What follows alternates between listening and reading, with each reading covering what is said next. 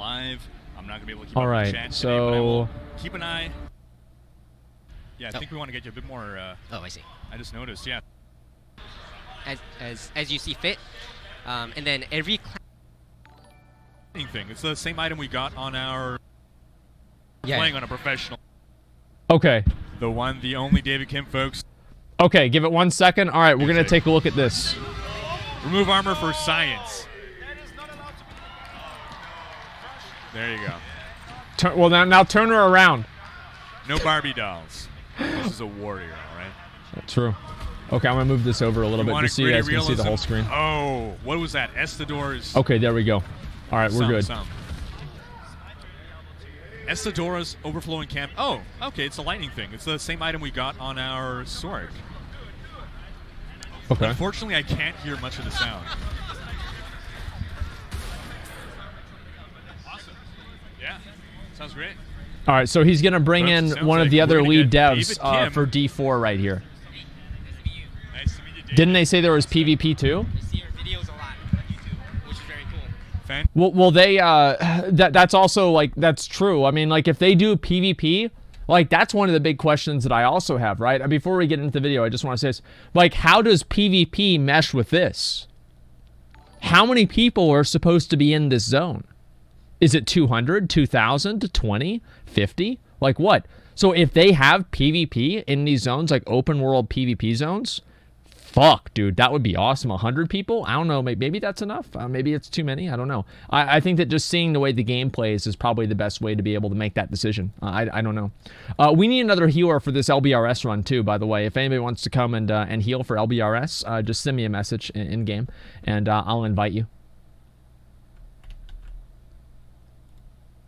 Fantastic. The one, the only David Kim, folks. If you follow my videos on my streams, you know I've spoken a lot about him. And now he updated his LinkedIn a few years ago to state that he moved over to Team 3. And you can finally talk about that now, right? Yeah. Awesome. So the speculation was it was going to be for PvP type balancing because you have like, hey, what's up, man? I stalked you on play LinkedIn as a pro player because you couldn't for conflict of interest, but you were playing on a professional level. You played StarCraft 2 on a professional level. You were huge in the StarCraft scene, a major balancing guy. Like you were a hero there. Oh, I see. And, not really, but I did my best. You did great. That's good. And so hearing that you were coming to D3, I was like, oh man, okay. I say it's actually really cool to see like people who are like devs and shit like that used to come from actually playing the game. Like I know that's not necessarily, it doesn't make the best dev. It's just somebody who's like a pro player, but just seeing that is cool. Give me a minute. Either Diablo 4. Diablo 4. Either you want to do something completely different, or like Ian, exactly. Like you Ian. came to fix PvP in Diablo because they tried to do it in D3 and they couldn't get it into a state where they were happy with it. No, So they couldn't. now that you're able to talk about things, what happened? What's the story? Yeah, we'll see what so around the time when I was finishing up my responsibilities on the StarCraft 2 team, I looked at my options, and Diablo 4 sounded so exciting, so I moved over. So I'm the lead systems designer on the team, so I work, me and my team works on things like class design, items, progression systems, PvP, like you said. Oh, wow. Things along those lines. So this is the guy. This is the guy we talked to. Guest. Okay. It says not to adjust, but I had noticed this before, that one of the Great. mics is a lot louder. Oh, man. Oh, mine is... This is okay. a dev. I think it's peaking. It says not to adjust. Should we adjust it? Up to you. It's your stream. Oh, but there's like labels that say don't adjust. Oh, man. Yeah. I don't know how to individually... Should I pull this out a little bit? Oh, yeah, maybe as a hack. Yeah, just try that. Okay, cool. Awesome. Sorry about that. Awesome. So you head on, lead systems designer, you saw the opportunity. How's it been? How's been the transition? Because they're two very different genres of game. Okay. Yeah.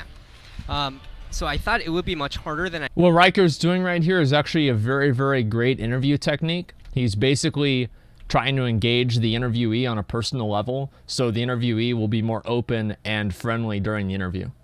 It's actually a really, really smart thing that he's doing here. And yeah, it's like, I think about this, you know what I mean? Why am I getting attacked? Somebody attacked me with their attacks, man. Why does somebody fucking attack me? Shit. Okay, whatever. All right, let's go back. We'll watch the rest of this. I gotta zone back in.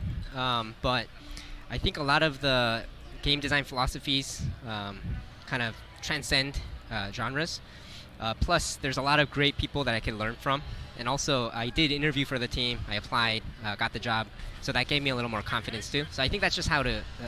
so many Blizzard teams work this way. Like if you want to switch teams, you actually go through the interview process, get approved, and then you can join the team, right? So that also gave me some confidence. And I've been here for a few years now, so yeah, it's great.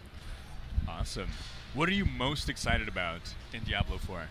So for me, I am the most excited about adding more replayability to seasons. So for example, on the item side, we want to make sure that legendary items are on equal or greater power level compared to set items in Diablo 4. That way you can customize every single slot.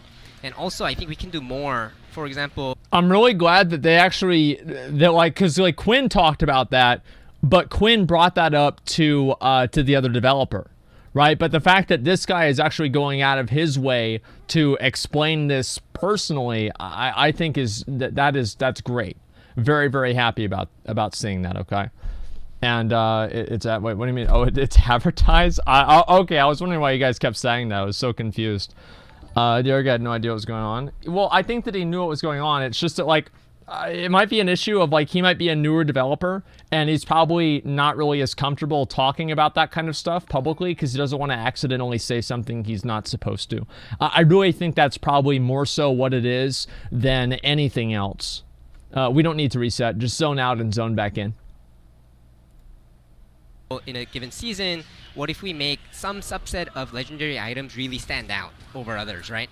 And also introduce brand new legendary items into the game. So this way, every season you have brand new builds to explore and brand new combinations to kind of figure out which ones are the strongest possible combinations, right? Yeah. Awesome. They want to talk about rune words, I guess. Okay. What can you tell us about rune words? Oh, yeah. So there are two types of runes in Diablo 4, condition runes and effect runes. So you can take any condition rune and combine it with any effect rune to form a rune word, right?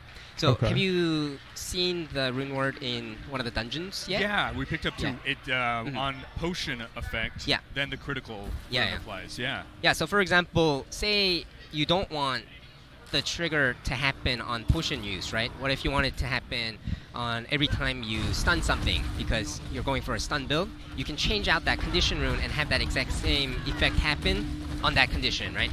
And if you don't like that effect, if you want, say, I want life leech after I stun something, then I could do that too, right? So you have that full customization, so it's pretty exciting. The stun build. What's the biggest chain of runes that you have in mind? Is it going to be full 6 like in D2, or is it going to be limited to 2, 3? Right now maybe we're 6 runes that are linked together. We haven't added progression to it yet, but that's also something that we're discussing right now. Awesome. Be a real good idea. Now, with regards to itemization, I know that some of the legendaries will be altering the way some skills could operate. Yeah.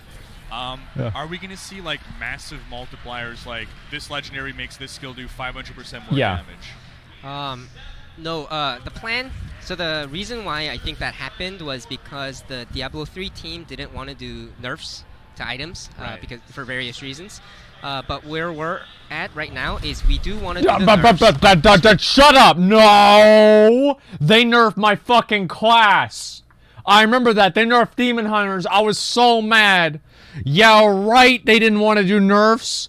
I was fucking furious. There were these abilities, it was these red fucking, balls that would look like you're shooting, like a nether fucking ball of period blood at somebody, and they would just do ridiculous damage, nether tentacles, and I would fucking, no, dude, I was so pissed, man. I was so upset, and that day, I re-rolled. I was so mad about it because they buffed other abilities. So yeah, I guess they don't really nerf the items a lot, but that ability, man, that ruined my whole day. That ruined my whole week, man. Strategically, so that it doesn't mess with, the builds. So the plus side of being able to do nerfs is we can make sure that such crazy bonuses don't happen, right? Which I think is a good thing because it's going to make more builds much more viable. Awesome. I think a lot of people are happy to hear that. Yeah. Oh, really? Interesting. Oh, yeah. Yeah. That's definitely dungeon keys. Oh yeah, how'd you hear about it already? One thing that I like about that is that he's actually he's giving people insight into the decision and how the decision was came to, how they came to that decision by explaining Blizzard's thinking behind it. I really like that a lot. So yeah, I really appreciate that.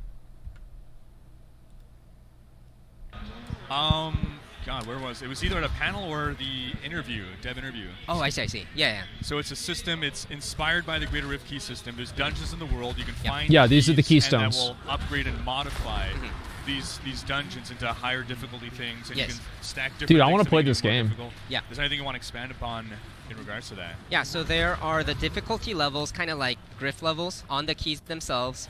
There are dungeon affixes that make the dungeon more difficult and different.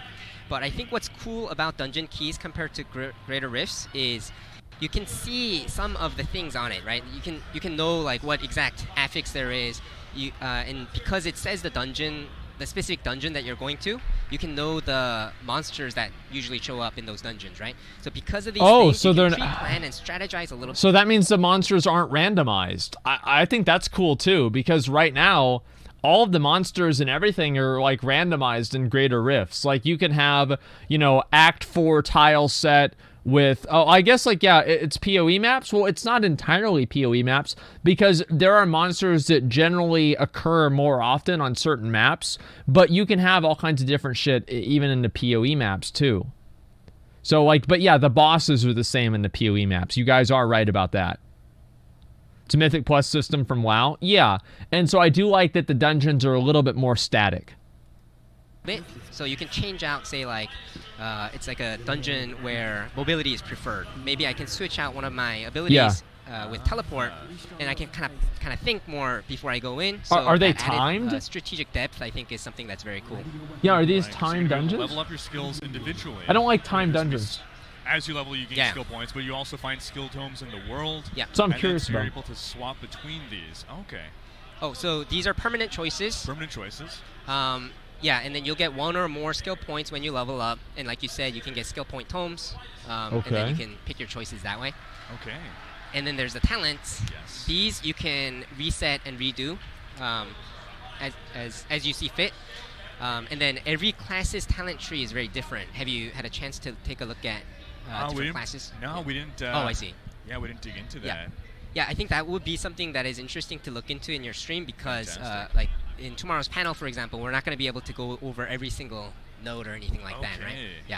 So, like, this one is 2 trees, and then at the end, you have one of 4 choices. These are kind of the stronger talents. Those are like your capstone talents. But if you look at the sorceress one, it's completely different. It starts with 1 elemental kind of node, and it branches off into 3, and she has a 1 of 6. Okay. Choices, right? Okay. Yeah. So you specialize either in one of the 3 elements. Yeah, for sure. Awesome. Sorry. And then for the druid. So he said that the skills you can't change those.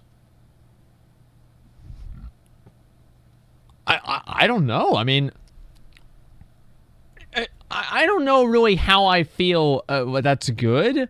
I feel like you can with tomes. I feel like you should be able to do it, but it should be a prohibitive cost, like Orbs of Regret in PoE, or like the 50 gold respec in Classic WoW. I feel like there should be a certain degree of respec ability. Like I don't want to have to make a new character if I want to try out a new ability, right? I don't think that's fun. It feels like it's prohibitive more than it's fulfilling because you have that type of character. I feel like it's more prohibitive, and I don't enjoy it as much. So I think that they should stick with that, but they should just allow there to be a way that you can kind of offset it in some way. It's like D2? Well, that's fine, right? I mean, I get that some people want it to be like D2. I don't like that, personally. It's not what I like in a game. I feel like it's prohibitive and restrictive. Some other people like that. That's cool, right? It's the same reason where, like, I don't want to have dual spec in Classic WoW. So I can see where you guys are coming from.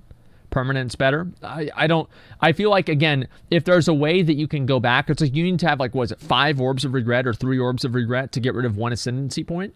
So that's a lot of money, especially for like a casual player, right? So it's not like you can just go back and get rid of that immediately. You'd have to spend at least some time getting those items. It's 5. Yeah, I forgot it was 5 or 3. It looks kind of like this right now, but what we're exploring is hybrid nodes. So you can imagine like going down one of the sides, and you can transfer over to the other side, which makes it very powerful for the druid, right? Okay. Yeah. So they're all very different. For the druid, is it like one branch is shape-shifting and one is more of the nature magic? Nature magic. Okay. Yeah. So earth and storm magic. Yeah. Okay. Yeah. That's cool. I see people asking about hardcore. Oh yeah, of course we're gonna have hardcore in Diablo 4. Yeah, it's like operate as it's always operated? Yeah, yeah. Easy question, easy answer. So when you die, you'll die forever. I personally don't understand the appeal. But yeah, because like I don't want to lose all my progress over the past 2 years or whatever. But we know that there are so many people. I'm not a fan of that either. Without hardcore, so yeah, that's fair. Do you want to talk a bit more about the? Actually, I should. Yeah, I think we want to get you a bit more. Oh, I see. I just noticed. Yeah, sorry about it. All right. So the PvP system. Yeah. Can Okay. you talk a little bit more about how that's going to work? Okay. All right. Here we go. You can just hostile and then go kill people. So there will be specific areas of the world where you can do that. So you can just go hostile and kill people. Maybe there's some objectives that PvE players would go there to do and things like that. So that's where we're at with the world PvP. And we are also exploring some PvP modes that could be fun for Diablo 4. It's going decently well, but we haven't found something that we really love. So we'll have more info to share on that in the future. Okay, so something like, so for instance in D3, you know, they were making the PvP team-based, I guess team deathmatch sort of stuff. Is that the kind of potential idea we're looking at? So what we're looking at is modes, PvP modes that are more mixed PvP and PvE. Because we feel that Diablo, I like that a lot. At the core of it, the most fun thing is killing like mobs and monsters, right? Yes. I like that a lot. So in a PvP match, we want to kind of capture that too, and have you kill players too. Are they gonna try to make it like a MOBA? Like, if they try to make it like a MOBA, dude, like, I actually, that is, I'm not saying that MOBAs are amazing or whatever, right? But I think that if they build something like that, it's like you look at Alterac Valley. I mean, there's plenty of really island expedition PvP. Like, there's plenty of examples of this. I think that actually makes it really, really interesting because it makes the meta. I feel like if you have it just strictly player versus player, maybe it's going to be the same.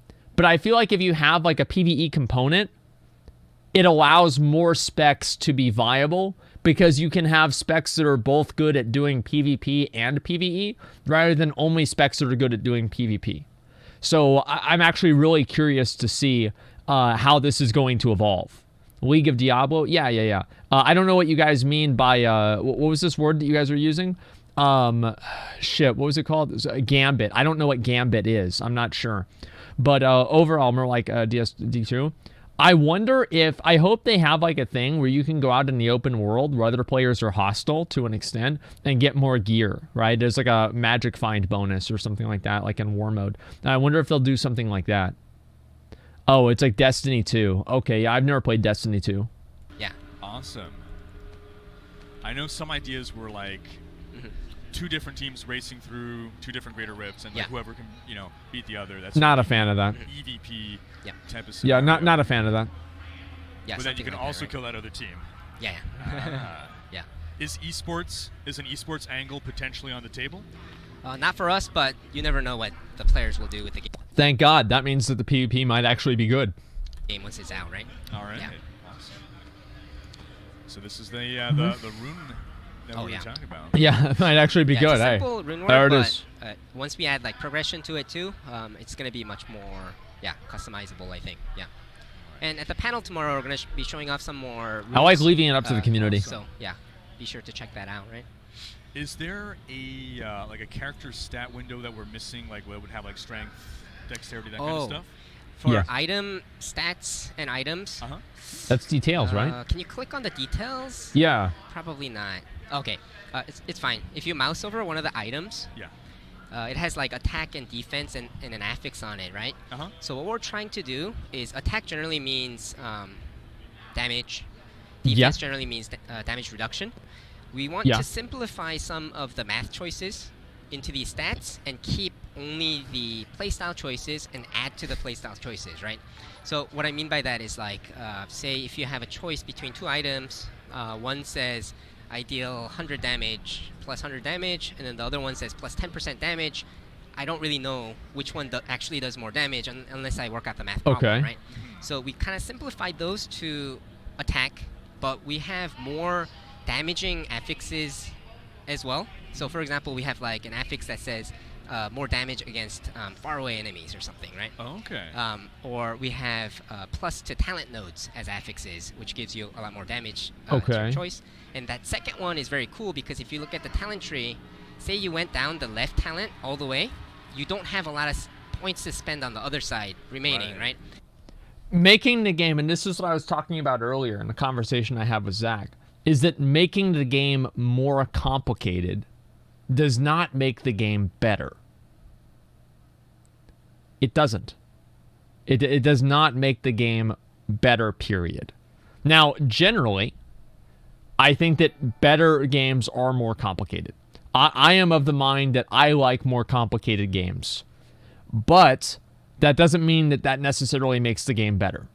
Making it for retards isn't good either? Well, yes, you're right. But I don't think that it's not early enough, it's too early for us to say they're making the game for retards. Because the details window is not even open. So we don't even know what's going to be available in terms of like what we can modify and what we can change. So I think that we should wait and see what the details panel is, and then get an idea of what the stats are that we're going to have to balance between. But I do agree with you that I want the game to be complex. I do want the game to be complex, but making a game complex should not come at the expense of making the game good, because I think those are two separate pursuits. But you can grab like one of the tier 4 talents through items, which is very cool, right? And we're also exploring plus to skill points as affixes too. So we want to add as many playstyle choice affixes as possible. And that's good. Make sure that those are not math choices as much as we can. Awesome. All right. That's good. Yeah, I mean, that's good. Oh, that's I think playstyle choices turn into math choices, though. And that's like a concern that I have that like Blizzard kind of runs into with some games, is that usually the playstyle choice that people want to go with is the playstyle that yields the highest results and highest output. So whenever the playstyle results are, the playstyle choice is the one with the most math, well then what's the difference? So I'm not really sure how they're going to be able to change that. I think that, having varied types of bosses is really important. So like, for example, in Diablo 3, every single boss, as far as I know, you only fight that one individual boss. There's never a point where you fight like a trio of bosses in like a greater rift, I think. So I think that obviously, if you have like more dynamic types of bosses, it makes it to where there's less of an obvious best. Ubers? Well, yeah, but like Ubers don't scale. Yeah, it's not a GR. Like, they don't scale. I thought Ubers were just... Yeah, Ubers are one shot. Yeah, Ubers are a joke, though. Yeah, I'm pretty sure they're not endgame. Ubers are not endgame in the same way that Greater Rifts are. Greater Rifts are the endgame of D3. I know, yeah, Ubers, you have, like, what's his name? Siegebreaker and... the guy that does the sand that comes down on you, or the Act 2 like boss, it's the fairy and Leoric. I remember this. It's been quite a while. Okay, D2 Ubers were good. Well, not Lilith. Was it Lilith? I don't even fucking know. Either cool. Yeah, cool. Anyway, let's go back to the video. So yeah, having different types of boss fights, I think, will encourage better types, and like different dungeons that are different will encourage less meta gameplay. You played D2 back in the day? Yeah, of course. Did you have a favorite class? I think Barbarian was my favorite. Good. Like whirlwinding nonstop forever. Fuck yeah. What was yours? Oh man. So my first favorite was the Necro.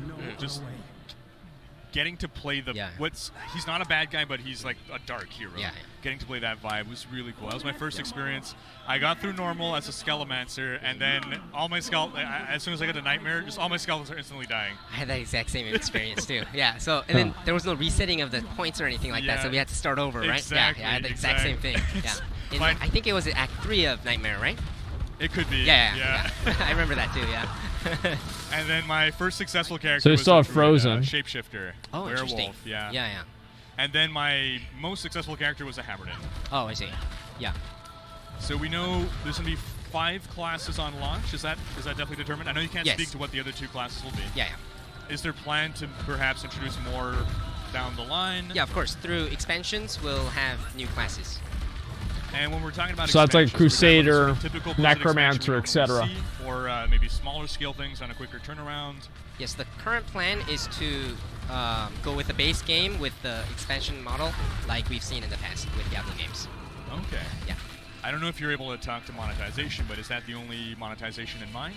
Oh, if you are trying to ask about are we gonna sell power in the game, then the answer is no. Okay. Of course not. But potentially cosmetics or something. Potentially, like that. And stash space for character slots. Yeah, we want to try to give players enough so that you don't need more, especially the first few months or more of the game. But you never know what's gonna happen in the future, right? Makes sense. Yeah. Can you talk a bit about crafting? We've heard that they want to make you guys want to make crafting a bigger thing in D4. Yeah. Again, that's fine, right? If they want to make a few extra, buying a few extra stash tabs for money, I'm gonna be honest, guys. I think that's fine. Buying stash tabs for money, I think, is completely fine.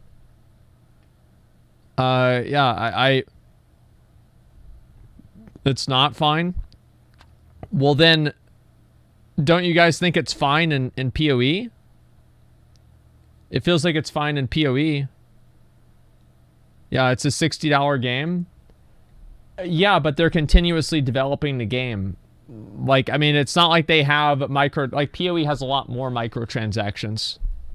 PoE is free, but they have a lot more microtransactions. So yeah, I still think that if they have the stash tabs that you buy extra space, I'll be honest, guys, I think that's completely fine. It's not a big deal. People can the thing is that if you ever try to rationalize monetization with Twitch chat or something, they're just completely unreasonable. I don't like monetization either, but I feel like there needs to be a certain fucking goddamn it. I feel like there needs to be a certain level of people that are okay, of reasonable conversation that's to be had. I mean, you can't just say oh, well, there can't be any monetization at all or whatever, because if you do something like that, you're just starting from a place that's unreasonable. I think with WoW, for example, WoW is an exception because it has a subscription fee. But the box price of the game does not, in my opinion, necessitate no microtransactions. But I think that microtransactions should be very few and far between, unlike Path of Exile, where there are much more of them. I've heard someone mention, I think, crafting components. Yeah. Is there anything more you can tell us? Yeah, so for crafting, it's still a work in progress, but what I can tell you is the 2 goals that we have. First is we want to make sure that crafting, especially the gathering component, is fully integrated to the open world of Sanctuary. And the second is we want to make sure that if you go out of your way to collect all these recipes, materials, things like that, and spend your time to craft something, that it's worth your while. But outside of that, we're still working on it. Hellhammer, what is this? Have you seen it yet? Oh, there it is, dude. Upheaval, fire upheaval. Use it. Damn, that looks pretty cool. Yeah. Awesome. So max level ignites the ground currently, but that's cool. Potentially change. Yeah. So is it that you get to 40 Shit, and dude. there's Paragon levels? All right. Or yeah, we do want to have an endgame progression system. Our main goal for that is we want to make sure that players pick meaningful choices when they're trying to form a build, and when they're trying to form a completely different build, then you can change out those choices that you made with another meaningful set of choices that fit the new build much better. And outside of that, no real hard decisions have been made yet, but that's the one thing that we want to hit. Okay. Gotcha. And the 1 to 40. So in D3 right now, getting 1 to 70 is pretty fast. Unless you're a new player, if it's getting faster and faster, right? It's getting faster and faster. Yeah. So do you see it being like 1 to 40 could take months or hours or weeks? Do you have any? Hopefully weeks. You're aiming for in that regard? Yeah, this is something that we're actively discussing, and it would be great if we can get some feedback from people too. Yeah, but we're not sure yet. So the factors that go into this decision. Oh, of course, it's not going to be as fast as Diablo 3, though, right? It's going to be much longer. Great. But how long exactly? Things like how long is the campaign experience? How long is the level up systems? Let's say like we have the skill point system and the talent tree system. If that's used for like 500 hours, that's probably way too much. So we have to calculate what we have. I'd say 500 hours and see if the leveling time is enough. If it's not, then we have to make some changes, right? Like we have to either shorten the time or introduce more systems during level up to make the extra time useful. So it's something that's very difficult to say this early on, but it is something that we are paying close attention to and discussing internally. But we would love to hear people's feedback, right? So if you can gather and then let us... Feedback, what do y'all think? What do y'all think? How long should the should it be? Like, let's get some real answers, guys. Come on, no bullshit. 200. I think. What about like 150, 200 hours, and like 100 hours for somebody who's like really good, and they're like efficient with like their farming. Like, does that seem good? An in-game week, so that's 7 times 24. That's like what 170 hours, something like that. 160 hours.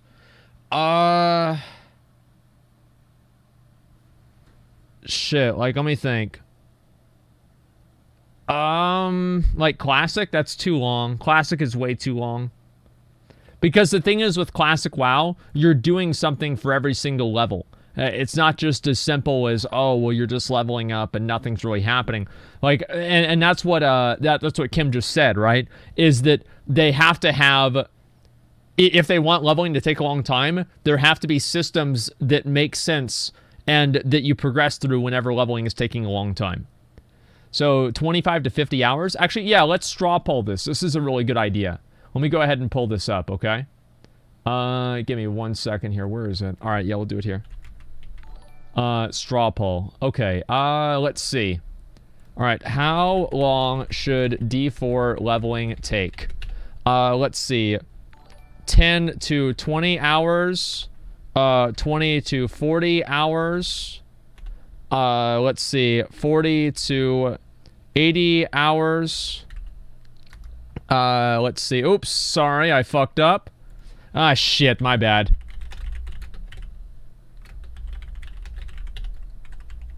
I'm so dumb. I clicked enter and not tab.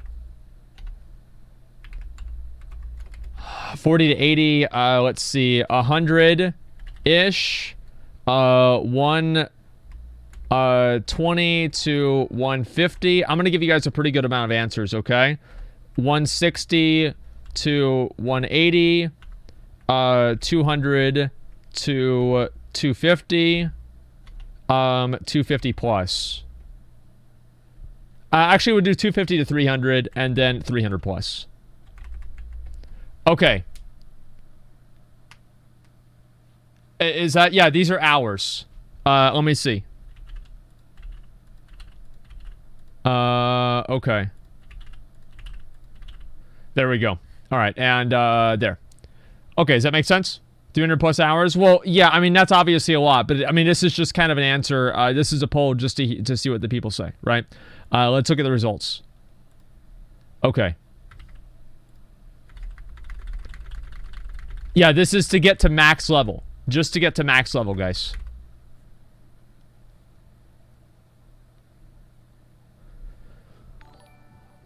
Really? We got 100 votes? There's 50,000 people in the fucking chat. Go vote. You want the game to be good? You're watching content about the game? Go fucking vote. Go vote on this. Give them the information they need to have. Wait, it crashed?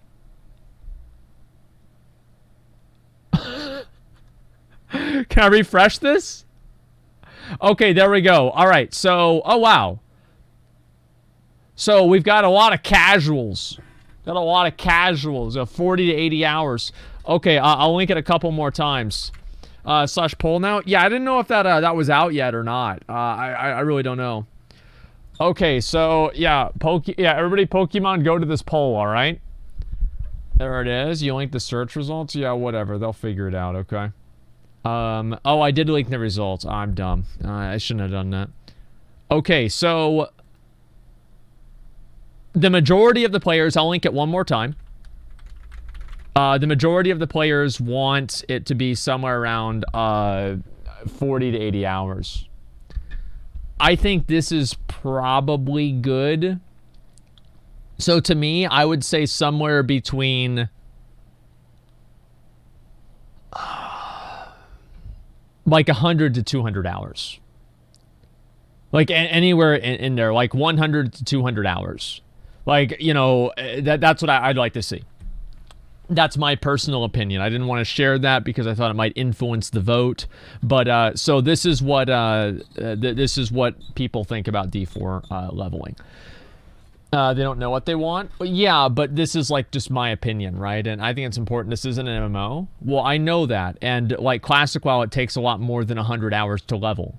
So I don't really know your point. So yeah, it's 5 hours per day. 5 hours per day. 100 hours is like 20 days. It was RPG. 20 days to level. I don't know. Maybe 40 is perfect. Maybe it should be a little bit shorter. And again, like this is just kind of like what I like to see, right? And if they think it should be shorter, like I'm much more of like a hardcore player in that way, where it's like I want to put in a ton of time onto something. So maybe it should be shorter. But so most people think 20 to 40, so 40 to 80. So I think probably 40, like 30 to 70 hours. Most people, I guess, yeah, most people, 30 to 100 hours is what I would say the majority of the chat wants. 0 hours like retail is perfect. Okay, I really hope Rhykker going to ask him about the map here. Snow, that would be great too, right? Sounds great. Yeah. So, got 25 seconds here, real quick here. There's 5 open world areas. Is this just one of them, or is this all 5? I'm pretty sure up to here is all of the Diablo 4 that we are planning so far. Gotcha. Yeah. So you can see it's a very small part, so we have a long ways to go. Ah, leaving room for expansion. I gotcha. So this is the whole map. So it's not actually all 5 of them. Okay, so this is the whole map. The whole map being this big. I thought it was 5 zones. How's it going to be 5 zones? Yeah, how's it going to be 5 zones? I'm a little bit confused here. Map,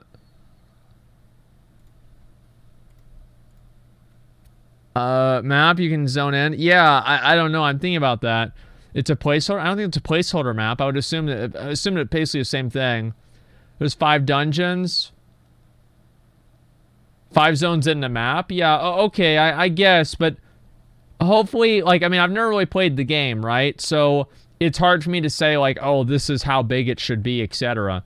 But it seems like, yeah, I mean, if this is the whole map of the game, I don't know. It might be a little bit too small, but I have to play it and see. Okay, cool. Any beta plans? Probably too early to... Yeah, way too early. Okay. Yeah. We have a lot of work remaining to go. Yeah. Like, we are showing everything that we can. So if you open up, like, the skill tree, then the grayed out ones, we would have loved to show them, but, like, the effects are not ready or animation's not ready and things like that, right? So we do have a long ways to go. All right. Yeah. What was your favorite class so far? So far, I think the Druid, part of it is that... I think that's probably most people's favorite class because it's just different. It's been a long time since I played the Druid. Yeah. Like, I love the Barbarian, but I can play Barbarian in D3. Oh, I see. Same thing with the Sword. Yeah, Druid exactly. Is like, it's something people, there was a it's time when new. people thought that it was going to come to D3 as a character pack like the Necro. I see, yeah. And then it seems like it didn't happen, so there's been a big demand for the Druid. I think this is a big win to include the Druid. Man, but the hell yeah. look so good, right? Oh, yeah. They're good boys. They're good boys. So we spoke about hardcore. There will be hardcore. Yeah. I don't know what more we want to say. This is going to act like it acted in D2. Yeah. Because other games do it that if you die in hardcore, you become a softcore character. Yeah, we don't currently have plans for that, but we'll see what the players want, right? But currently the plan is to make it as true to the Diablo hardcore as possible. All right. Do you want to speak a little bit to your plans on difficulty? So I actually prefer that whenever you die, you go to like just softcore. Like I don't know, it's like I don't know. I just prefer that. But yeah, I prefer that in PoE. Yeah, but I would never play hardcore to begin with. I think it's stupid. Currently, D3, for instance, has 20 difficulty settings from up to Torment 16. Yeah. And then Greater Rifts have that infinite scaling. Do you envision D4 being more like, say, D2, where you have normal Nightmare Hell, or what kind of difficulty system do you think you're looking at? Yeah, so that's a interesting one, because for the level up experience, surprisingly, we aren't sure what the exact answer is yet. But for the end game, the key dungeons will... I really hope that whenever they do the level up experience, they don't do what they did in vanilla D3, where they make you redo the same bosses on higher difficulties.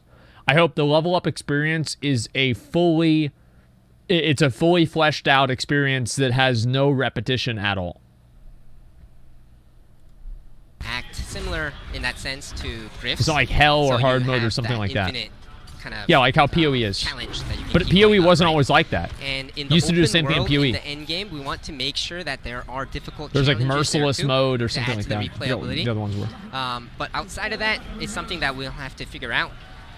So we'll see in the future. All right. Yeah, so the Druid, if you check out some of the talents, you can actually attach some bonuses to shapeshifting. All right, I'm just going to clear up this a bit. Yeah, right. Awesome. Talents, okay. So I think it's one of these somewhere. Heightened senses. Damage reduction against nearby enemies is increased. So it should say whenever you shapeshift really good. into a form. So this is very interesting because the bonus persists. Ah, yes. So you can actually stack up these bonuses at the exact right moments that you want. So I think that's one of the coolest things about rapid shapeshifting. Yeah. Because you can choose your bonuses, and items obviously will have even more choices, right? Okay. So when you cook legendaries, you can do some crazy stuff. Okay, that's cool. And the timing of when you change will matter a lot, right? Right. Yeah. So it visually looks awesome, but on the system design side, it's cool because you have that full customization of I'm choosing what happens, and I'm choosing when it happens too, right? Right. Yeah. Do you guys feel like the talents are dynamic enough? And some of them are to an extent, but I think that's something that's really important. So my concern with like these talents is if they don't want to have like a high level of numerical complication, I think they need to offset that with something that's going to make it to where like I think I might explain it, something that's going to make it to where all of your other decisions are more meaningful. So you can't have like no numerical difficulty in terms of like figuring out all the math and then also not have a lot of stat changes. It has to be one or the other at least. Too early? Yeah, it could be too early, but I mean, I feel like also you guys need to remember that it's most important that we give feedback now. It's most important that we give feedback now rather than in by the time they get into beta. The earlier they get feedback, the easier it is for them to say, okay, well, this is what the players want. Well, then we can change it. It's kind of like, imagine it's like this. I'll draw another stupid fucking graph, all right?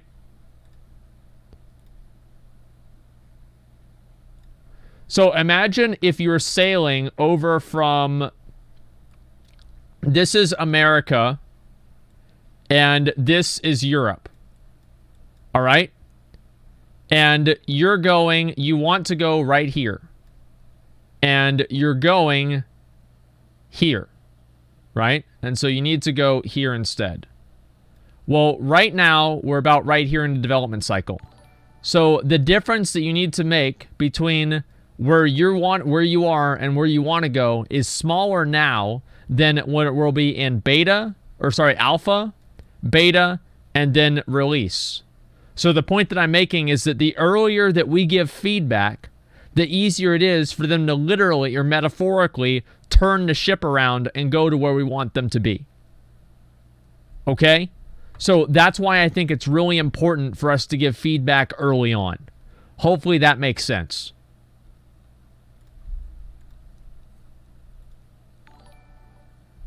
Now, party size, has that been determined yet? Is it going to be 4? Yeah. Is it going to be 8? Yeah, party size is 4, but as you saw from... Okay, maybe that's fine with me. it. We did, yeah, the open world. No complaints. So the world boss requires like multiple parties. There will be other activities that require multiple parties as well. But yeah, the party size is 4. I wonder, like, so a big question to me is, like, how much organization in, like, these world bosses are there? So, like, a 40-man raid or something like that? Yeah, like Lost Ark has this. I mean, I don't know if you guys ever seen that game. Lost Ark raid boss. Let's see if I can show you guys something like that. Is there anything here that I can give you? I don't know if this is a good example or not.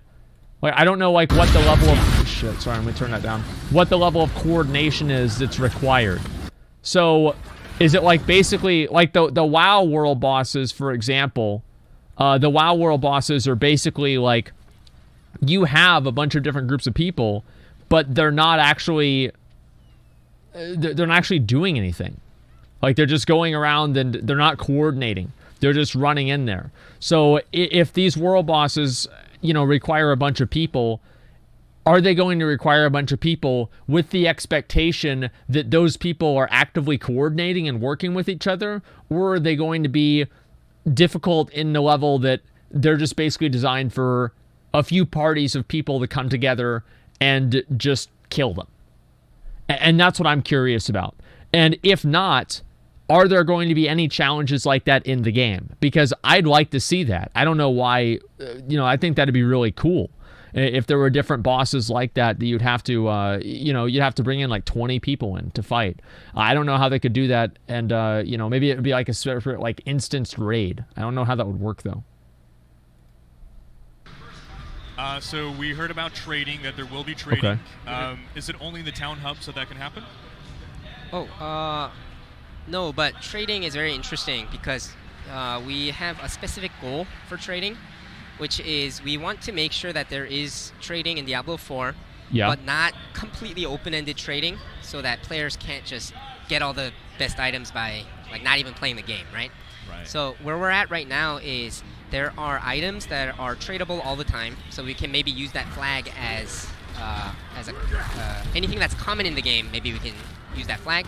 For bind on trade items, I can find something very cool, and then I can use it for as long as I want, and then I can give it to you or something like that. But once I give it to you, you can't trade it anymore. So this flag, we can use it for even some of the best items in the game, but not all, obviously, right? Yeah. And then finally, we have the bind on pickup, which everyone should know how that works, right? So something like this, I think, is a good example of where a solution that fits our goals. But I don't think this is the end all, and it's something that we'll have to iterate more on. So this is another one of those things that I really want feedback from people on, is why I'm so like detailed with this, with this answer, right? This is the same question basically Quinn asked. I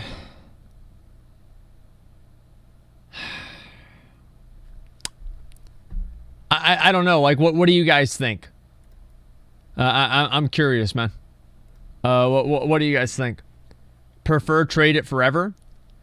I think that high-end, end-game, like, let's say there, as I said, like the boss like Shaper, for example. If there is a boss that is exclusive to a certain type of difficulty, and the drops from that boss are exclusive to that boss, I do not think those items should be tradable. If that makes sense. You guys want a poll on that? I don't know. I don't know. You guys want a poll? Well, let's go ahead. We'll do a poll. Should items be tradable in D4?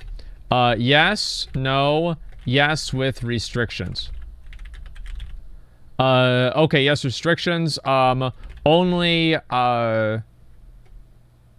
let's see, only crafting materials.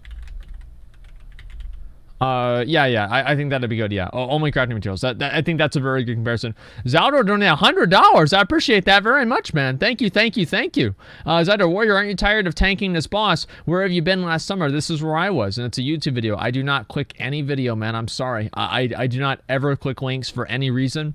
As much as people would like me to, I don't like to see it. I do not. Massive recipe. Wait, massive recipe? Oh, wow. Greater fire protection potion. Holy shit. Passing on that. Okay, let's see. I'll go ahead and I'll link this poll to you guys, and we'll see what it is. Okay, are there any more, what do you call it? Yeah, we got a greater fire protection potion recipe. Are there any other questions in here that you guys want me to add? Or, you know, options in here you guys want me to add? Ignored? Well, no, I just simply do not click links for any reason at all, period. I do apologize, but I do not click links. Only in-game, okay, everything tradable minus end. It's so like in-game doesn't mean anything. In-game loot. I'm just gonna put it in parentheses, in quotes, okay? Only non-bind items. Okay, tradable only once. I don't like, I think that's like a silly thing. I think they're just doing that to prevent commodity markets, which I don't think is really a big deal to begin with. I think commodity markets are actually really, I think they're really cool emergent gameplay. So, yeah, I disagree with that. Okay. So,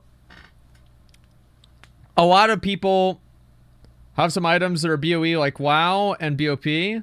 Digital loot was always tradable. They'd need to have a currency system just like PoE has. Yeah, maybe.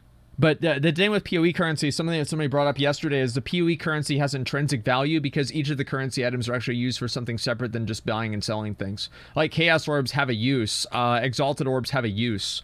Whereas like gold doesn't have a use. It's purely a fiat currency. It's like, it's the difference in like actual like gold standard or gold and like a fiat currency like dollar bills.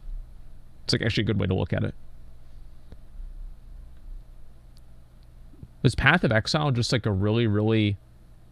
Is that just like a really just like deep sleeper agent thing to red pill people on the gold standard? Because the money itself has to have value?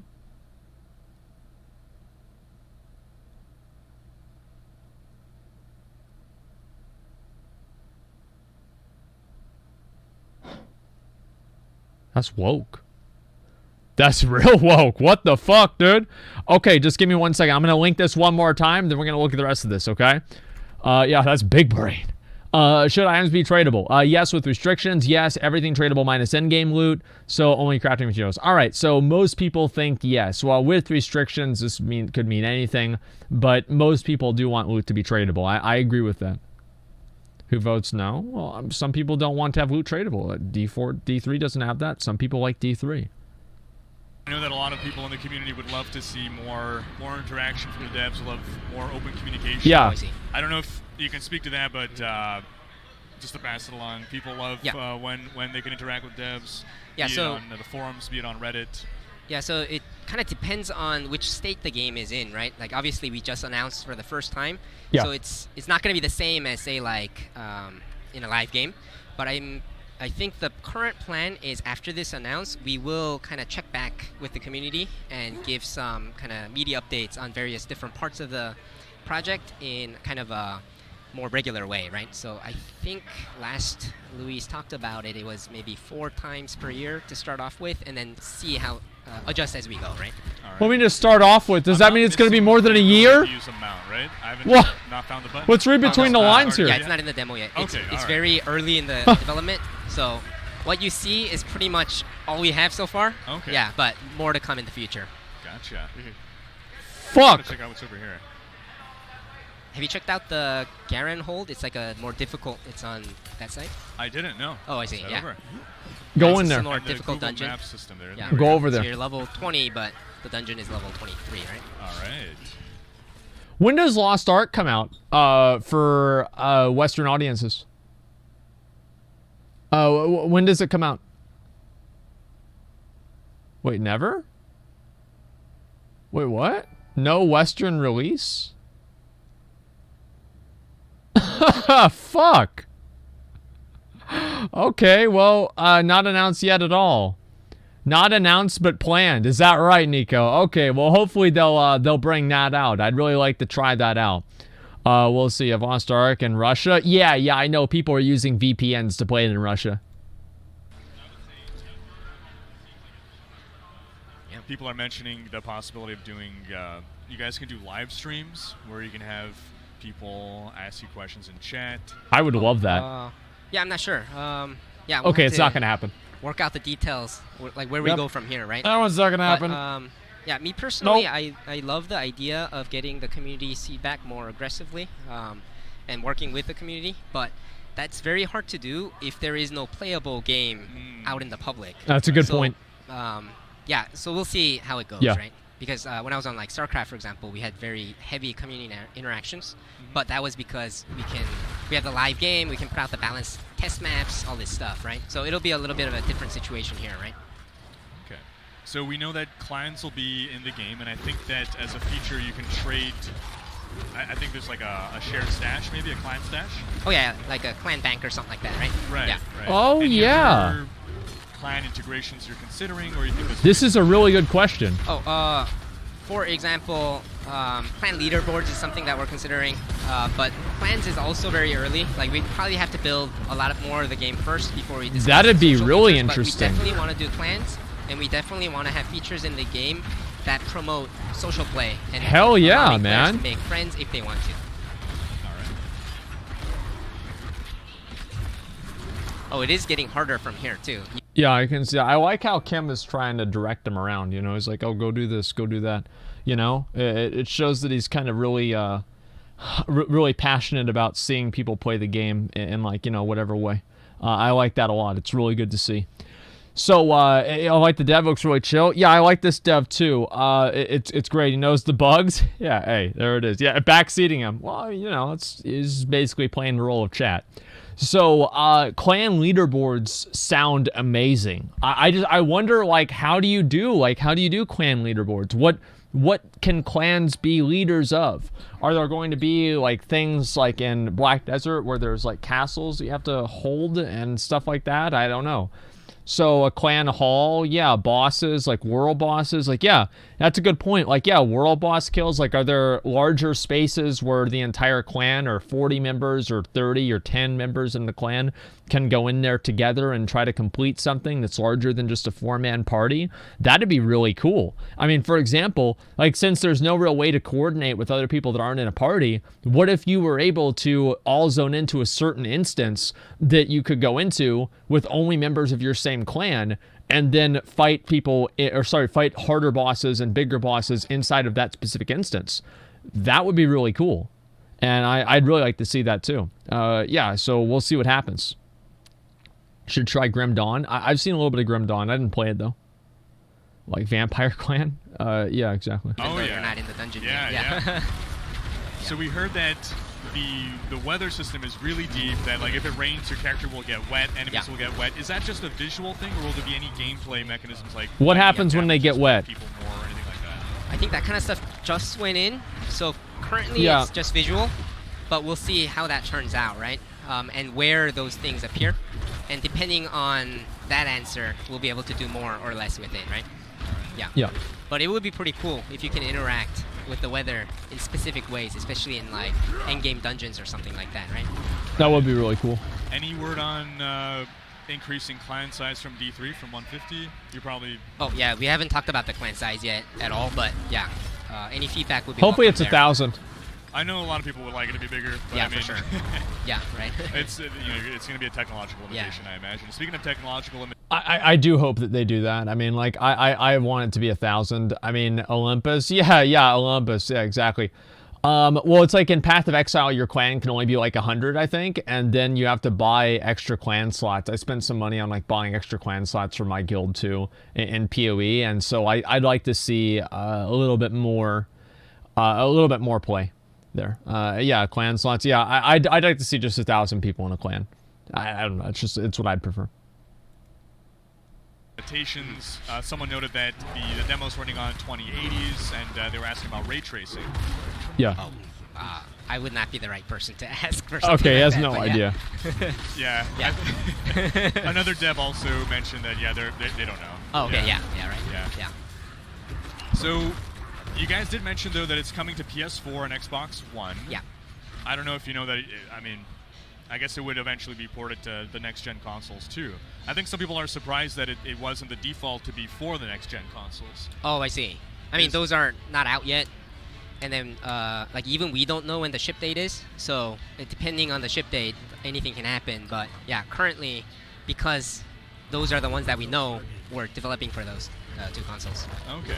All we know about release date is that it was said it's not going to be soon, not even Blizzard soon. Yeah. Does that mean like 10 years? Hopefully not, right? Because we've been developing for a few years now. Oh, great. And wait a second. You said developing for 4 years. 4 years. God damn. Yeah, it's not gonna a few. Did I say a few? Okay, well, 3 or 4 years. All right, at least 3 years. Well, I didn't hear it. Yeah, I didn't hear what he said.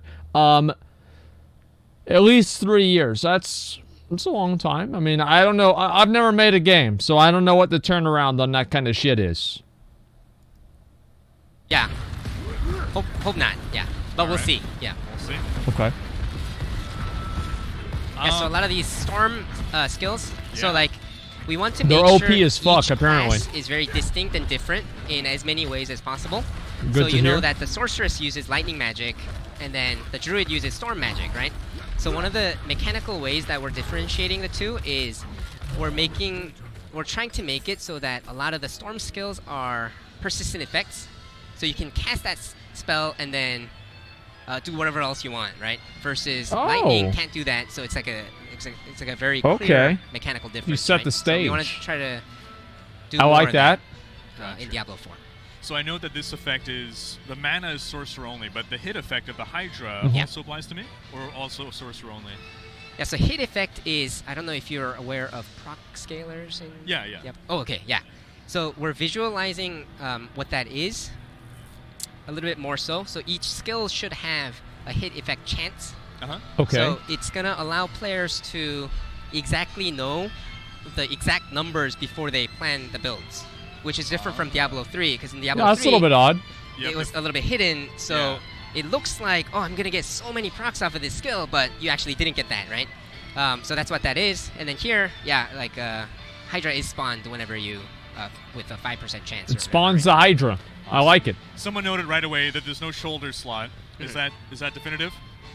Nothing, I would say, is definitive, but the current thought for it is visually, we wanted to make sure that we have that visual variety of like some armor pieces having really awesome shoulder pieces, some armors having no shoulder pieces. Say like the Barbarian, if an endgame look was topless, for example, that would be pretty cool, right? Right. So it's a visual change, and if we need more item slots for mechanical reasons, we can of course do that separately. So like you did it with a barb with the arsenal. Okay. Yeah, right. Do you wanna explain that system a little bit? Oh yeah. So that sounds really good. I mean, if they're gonna do that seems completely fine. I mean, like the no shoulder slots. I mean, I think that for a lot of us, we probably do want to have a higher degree of customization. But I think if they want to go for an in-game look that has to be more like one thing or another, I don't know. I mean, like it depends on how they look. I mean, it's not a big deal one way or another to me. So the Barbarian can equip 2 two-handed weapons and 2 one-handed weapons. Fuck so he yeah. actually gets to use more items than any other class. Good. Because they're better. Why that's cool is because, they're for example, better. there's a talent that says every time you swing a different weapon, you get this buff, and then you can stack this buff, right? Oh, so and it then just you gives swap. us more hooks for the Barbarian to play very differently compared to any other class in the That's game, like a right? skill cap so we thing. can I do like stuff that. like whenever you swing two-handed weapon after dual wielding, something cool happens, things like that, right? So it just gives us a lot more, I guess, cool mechanical hooks for the Barbarian builds to be very different from other classes in the game. Yeah, I like that a lot. Yeah. People were asking about skill synergies, like in D2. Any plans on anything like that? So probably runes, of course. right? Especially on the legendary item side, we're going to try to do as many synergies as possible. like that. Okay. And with that change of legendaries being more powerful than set items in Diablo 4, you'll be able to fully customize exactly what you can do on every single slot and on every single skill slot too, right? All right. Now I think itemization-wise, someone I believe it was. That's probably better than what they did with D3 because like all the different, like what's the word for it? all the different glyphs for your spells, you basically just learned those as you leveled up. There was nothing you really did to obtain those items or anything like that. And I feel like, yeah, it's kind of boring. You know, it's just kind of fucking boring, man. Anything's better than D3? Well, yeah, but like, there's more to it than that. D3's biggest problem is the set items being so good it's the best. Yeah. I mean, well, it just locks down a lot of pieces. It's kind of the same issue that Blizzard saw with Legion, where there were so many pieces in the game that you didn't really have as many choices as you thought you did. So yeah, I can see that too. Joe Shelley was talking about how there is going to be that progression of magic to rare to legendary, and some people feel like, okay, well, I kind of like the idea of that maybe a rare could be an endgame item. Is that at all possibly on the table? They had that a little bit in vanilla D3. Probably legendaries. Yeah, so if many players feel like it's too much choice to have to decide legendary powers on every single item slot, then that could be a possibility. But where we want to start, where we think we want to start, of course, anything can change until we release the game, is we want to try giving players the full control and in as many slots as possible first. And if for some reason testing doesn't go well, then that is a definite possibility that we can switch to. Okay, so that's a lot. So like every single item that you're getting or every single slot, basically what he's saying, is going to have a legendary possibility on it. And if players are getting overwhelmed with choices, then they could just go back to having certain items. Choice is always better. Yeah, I feel like it is. I don't think that like in a game like D3 or D4, I'm okay with some of the slots just being passive modifiers rather than things that actively change your decision. But that's only like a couple. I feel like most of the items, especially if you're not going to have like a really deep talent tree and a lot of other modifiers like PoE has, I feel like you should have as many different options as possible to customize everything that you can with the tools that you have. There's always going to be Abyss. Of course, there's always going to be Abyss. I mean, that's just the way that, that's the way anything goes. There's no real reason to even concern yourself with that. Of course, there's always going to be Abyss. Any plans for leaderboards? Yeah, so we love the idea of especially the leaderboards where you can compete with people you know. So we'll definitely do that. And aside from that, I think it's a little too early to talk about the exact plans for, maybe like friends-less leaderboards? That'd be interesting. Right? All right. Yeah. Is there a secret cow level? A secret cow level? The answer is there is no. There hasn't been, right? Yeah. Okay, so there's a cow level. Describe that in the coolest of sentences. Yeah. Awesome. Any plan for support builds? So, for instance, D3 was designed that like ZDPS builds. They want every build to be a DPS. Yep. Is that same philosophy in mind here, or do you want there to be actual, like, you want support builds to be a thing? Yeah, I like that. Support.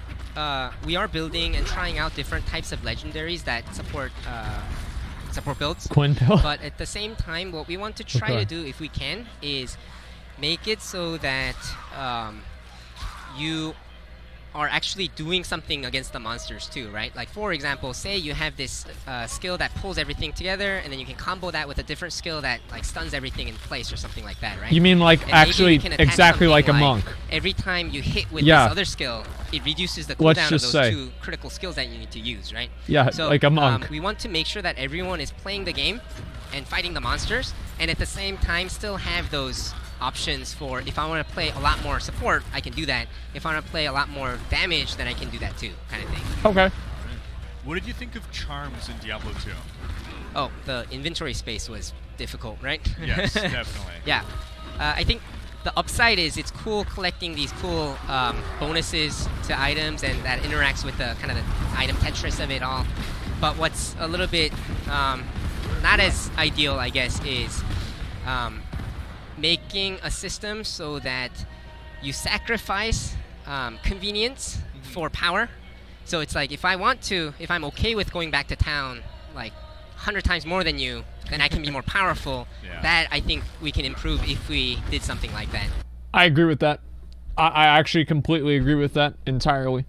Yeah, it's like if there's a bunch of inventory and stuff and you have to worry constantly about moving back and forth, it seems kind of, it seems, what's really the good word for this? I don't know, it's boring, okay? It's boring, it's needless time. Like, travel time, I think, should be, to some degree, minimized. It's tedious, it's obsolete, it's boring, it's laborious, it's a hassle, it's redundant, it's inconvenient, counterintuitive, unjustified, zero vocabulary stream, charms were a mistake, indubitably. Very true. Okay, let's go to the rest of this. Definitely boring, yeah. So early D3, they stated that there was going to be the talisman system to store like a separate inventory just for charms. Oh, I see. Any thoughts on something like that? That'd be cool. Back that you don't have to do that inventory Tetris with the I charms. see. Yeah, yeah. Just and we do have different inventory slots now too, right? Yeah. Yeah, we don't currently have plans for that, but it's something that we can definitely discuss. So I'll take it back to the team and discuss next week. Yeah. Will the Rhykker cube or some incarnation of it make a return? Yeah, I also think the cube is one of those things that is very Diablo defining. Yeah, it's awesome. I love the cube. We do want some of those effects. Cube is awesome. I don't think we've talked about Mythic items yet. We will in the panel briefly. So Mythic items are the strongest items in Diablo 4. You can only equip one of those items, but they have 4 legendary powers on them. Oh. So naturally, you can kind of imagine the chances of getting the 4 exact powers that I want is not that high, right? Right. So if we had something like the cube, of course, it makes sense for that system. Right? Oh, yeah. Interesting. So you're building your character. I guess, is this going to be like what the meta is you get like your mythic item and then you build your character around the mythic item? Because it depends on how many of those you get. Are they just like, it's just a second, guys. Are they just like yeah, I got it. It's taken care of. Let me turn this off real quick. Okay, so is it like you get the mythic items regularly, you get a chance? Well, Spark, Tiger Panda, just a second, let me read your donation. Diablo 2 is one of my favorite games, so I'm excited with everything I've seen of D4 so far. Dude, I'm gonna play the fuck out of that game, man. The Barbarian reminds me of my ex-wife. Zydor did? Oh, man. Okay. Wow, I'm not sure if that's a good or a bad thing. Thank you very much for the $20, man. I appreciate that. What do you think about Shadowlands? I mean, like, it's too early to tell. I mean, they're going to do the deep dive panel pretty soon, and then we're going to be watching that and waiting to get the information from that. And that's basically what my opinion is, right? That's it. Okay, just give me 1 second here. Was not aware that you don't click YouTube links. Yeah, I think that actually what I might do is that I have like my right under the box that says that I like the donate box, it says I don't click links for any reason. So I might actually just put that right exactly on the picture itself, so people can never click on it without seeing that I don't click links. And it's kind of hard for me to like communicate that with people, it seems. But I think people, they just still want me to click links. I don't know why. I think like other streamers do it. I find it a bad idea to click links, and that's why I haven't done it, and I never will do it. Okay, give me a second. I'm gonna read the rest of these. Tradable with past completion of activity. That's kind of interesting. So yeah, you have like the ability to trade based off you've completed something. Yeah, I don't know. Maybe that could work. One way or another, I am really excited for the game too. Yeah, one way, I'm very excited for the game. Even if the game doesn't turn out to be amazing, I still think it'll be fun for a month. So I heard that you definitely want the endgame itemization, endgame builds and itemization to be in the player's hands. That customization, yeah. The design philosophy almost for the D3 builds is almost like the devs sort of dictate what the builds are going to be based on the set bonuses. Kind of feels like that, right? Yeah. It feels that way, yeah. Of course, players will always find certain combinations, but it still feels like there's a direction that the devs are pointing you in. Yeah. And it sounds like that's not the approach you're taking for D4. Yeah, we want to create as many legendaries as possible so that people feel like they have enough options. And of course, like I talked about before, we want to create this scenario where we can introduce new items to the game through seasons. So that way, so like the most hardcore players out there, they love to discuss various topics online.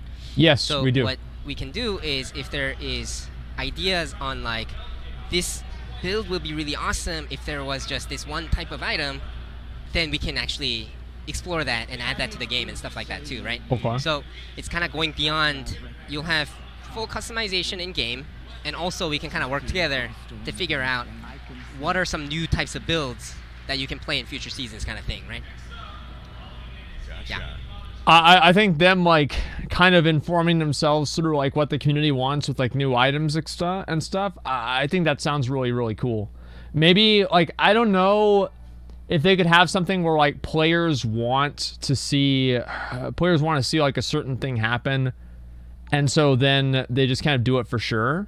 Maybe that's a bit much, but I think the idea is still good. It's called a forum. Yeah. And basically developing seasonal items more with like what the community wants in mind, I think is a cool idea. They did that with D3. Yeah, the community's stupid. That's the problem. We just don't listen to that part of the community, right? It's not like I'm not saying they take what the community wants and then they do it. I'm saying sometimes they do it. Depends. We got like 2.5 minutes left here. Speak with.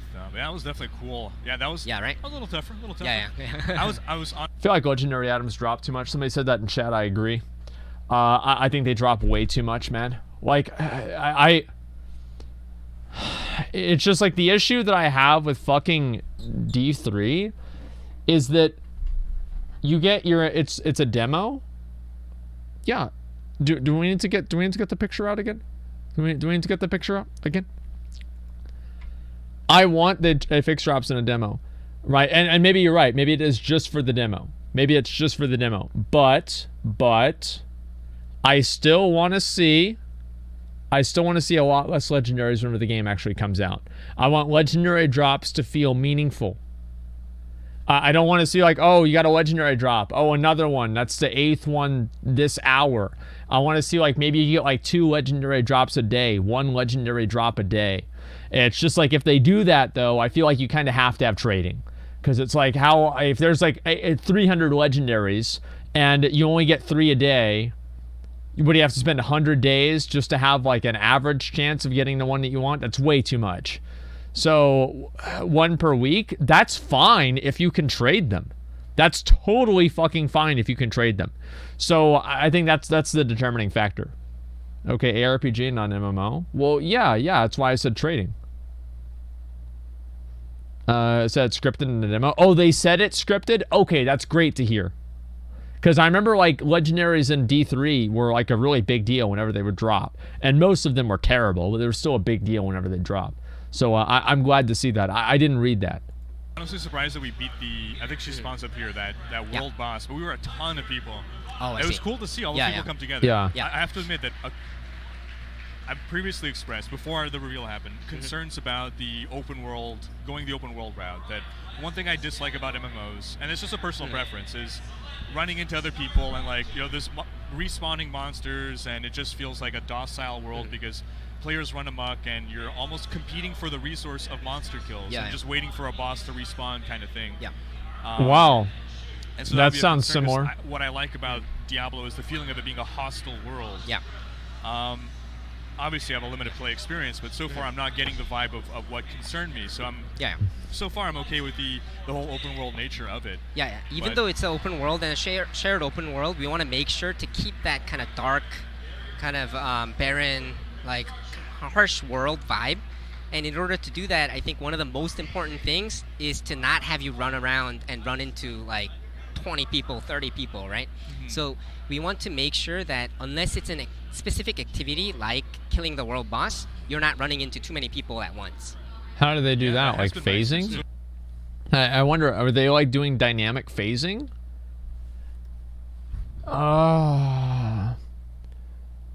Leave town, get owned? Yeah, I don't know. Layering, yeah. Well, it's more like phasing because it's like layering is... I feel like... Because like phasing occurs inside of zones. Layering is like continent wide. Like this is something that would happen like, so what do you phase in at the world boss and then before you get to the world boss you don't see other people? Dynamic phasing be down for per player? Yeah, why is it bad? I don't know. I feel like there should be like some persistence in the world, and whenever you see people phasing in and out and you're not interacting with the same people regularly and seeing them out there in that shared space, there's I don't know, like I don't think that's as cool. I mean, that's really all there is to it. I don't think that's as cool. There's just a certain amount of it where it's like there's a certain amount of like a escapism or immersion that you get out of it.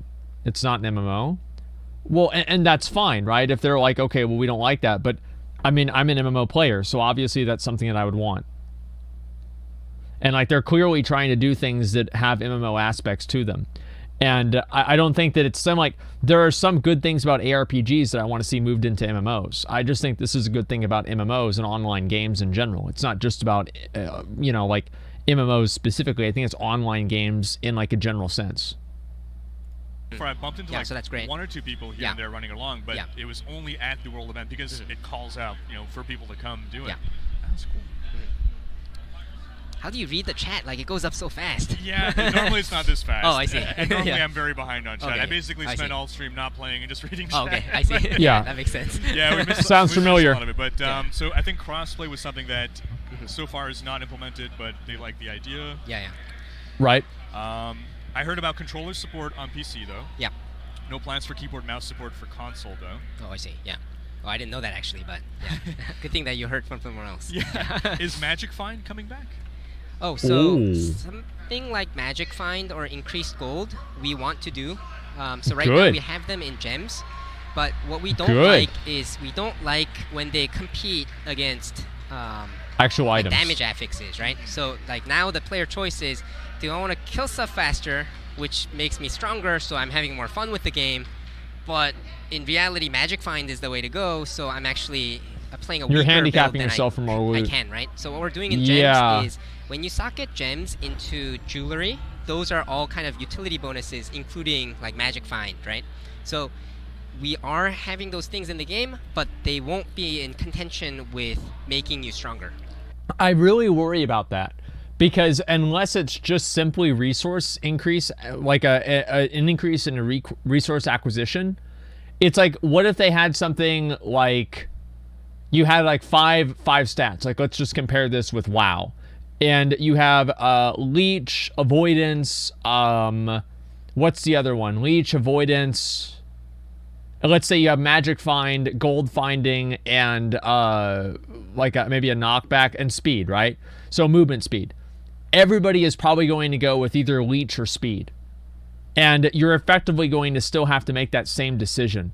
So I'm really curious to know like what the other options are going to be. And I think that's really important before we make a decision, right? You trade power for Magic Find. I know that with like the fucking, what's that, Venter's Gamble or whatever, and then there's also Bisco's Leash. I believe that's another item for Magic Find. Yeah, I'm aware. But anyway, the point is, right, that Tornado Shot, yeah, there you go. I feel like in general, I'd like to see what Magic Find is competing with. Because if it's just more resource acquisition, then I think that's fine. But if it's something beyond resource acquisition, like movement speed or life leech, then I think you're going to get to the same result, which is people choosing the thing that makes them more powerful over the thing that's going to get them more items. Why though? Because it doesn't solve the problem that they're presenting. Okay. Yeah. Awesome. Because the D3 dev said the same thing about they didn't want to have that competition, but their solution was just, well, let's just get rid of it. Oh, I see. Yeah. But it is a cool thing about Diablo, right? So, yeah, we do want to bring those back. Yeah. Because one thing that was happening as well was in group play, you'd have like one person, be the Magic Find dude for the whole party. Which is like, okay, one dude's having less fun in order for the whole party. What do you mean less fun? You're getting all the loot. Yeah. What are you talking about? Oh, man, there's a question that was awesome. I forgot about now, but I'll bring it up. Yeah, so you do great. have seasons. Oh yeah, of course. And the goal for seasons is to change up the play experience as much as possible. So like the item side I talked about, but we want to try to do that across as many angles as possible. So for example, new types of challenges in dungeons, new types of maybe monster affixes, things like that. But we want to do as much as we can to make sure that when you come back for a season, it's a new experience and you can have new things to explore, right? You're probably familiar with a little game called Path of Exile. Oh, yeah. I think that's good, but they have to revamp things a lot with seasons. Yeah, they're gonna have to revamp. Yeah, he's banned. Yeah, no. They're gonna have to revamp things a lot with seasons if they want them to truly feel different. So I think that just really depends on how they're gonna handle it. Plan on well, what are your thoughts on the magnitude of their leagues? Just when they do their major, like, complete game-changing new leagues. Yeah, it's similar in some ways, different in others. So we're gonna have very different types of challenges. I think it's a great game. A lot of the people on the team really enjoy it too. But I think for Diablo, the most important thing is to try to figure out, like, not just path, right? Look at the ARPGs, look at open world single player games, look at maybe even MMOs, and take the elements that fit and work very well in Diablo 4. So that's something that we're doing. Steal their ideas and do it better. That's the Blizzard way. I love it. I guess the short way of saying that is, no matter what game it is, we're going to try to make Diablo 4 I know, I was just thinking of that. Kind of every cool detail and cool system in mind. I heard a rumor that there's a treasure goblin in a specific place on the map. Is that true? Ooh. There are treasure goblins, but I didn't think it was in a specific place. Okay. But as you're running around, you'll encounter him. Yeah. Cool. Have you seen the unstoppable mechanic? The barbarian had it. Oh, yes. I see. That makes you not crowd controllable. Yes. Yeah. So unlike many RPGs, Diablo 4 doesn't have diminishing returns on CCs. The sorceress is OP, all dude. the time. But instead, we have specific skills that you can use that make you unstoppable, and that just means you can break out of CCs and you're immune to that CC for that duration, right? So some skills just break you out. Other skills make you it's like a free action for a potion. really long time. So you'll be able to kind of customize your own character. So if you're struggling a lot against CCs, you can build your character more resistant against that. If you're not struggling that much, then you don't have to worry about unstoppable. Yeah, I like that. So I think it's a pretty cool system because it's always difficult to remember when I use that CC if it's going to have like little effect or no effect, things like that. But now you know. I think that'll be mostly a PvP item. Unless the enemy has something that he can counter with, right? Awesome. What are your thoughts on farming bosses for specific items? Ooh, that's such a good question. I love that question. Yeah, we get that feedback a lot internally too. But across the board, I think Diablo is about being able to kill like the weakest monster, or maybe even kill a barrel and get like the strongest item in the game, right? So baseline, I think it's important to keep that vibe, but I agree. That's not to say 100% of everything doesn't need to work like that, right? So it is something that we can definitely explore, and we should explore internally. Yeah. Has any thought been given to mercenaries or followers? Oh, wait, what? No, that's always how it's been, man. That's always how the game has been. Am I the only person that doesn't realize that? Like, that's always how it's fucking been. Yeah, I mean, like, there's always a certain level of RNG. I don't have a problem with that at all. Fuck, dude, I think that's great. Not much thought on that yet. We're still very busy building the rest of the game first. Yeah, so yeah, we'll see what happens in the future. All right. Yeah, so as you can see, there's like 3 different. So it starts with 1 and then 3 different, which is different from the other classes, right? Yeah. Yeah. And she also has more choices than other classes in the game. Mm-hmm. Yeah, which speaks to the asymmetrical design. Right. Okay. Any plans to have achievement systems? Oh yeah, of course. Yeah. How about player housing or clan housing? Oh, yeah, we definitely haven't talked about that one, but yeah. He's we'll regular see, OBS, Greg. All right. Some question if you plan to extend or expand the talent tree at any point? Oh yeah, for now, our thought is we will add more to it in expansions. Okay, But good. to what degree, we're not sure yet. Okay. Good. So sort of like max level is 40, then Great. expansion will give you another 10, 20 levels. Or Yeah, something like that, right? Okay. Yeah.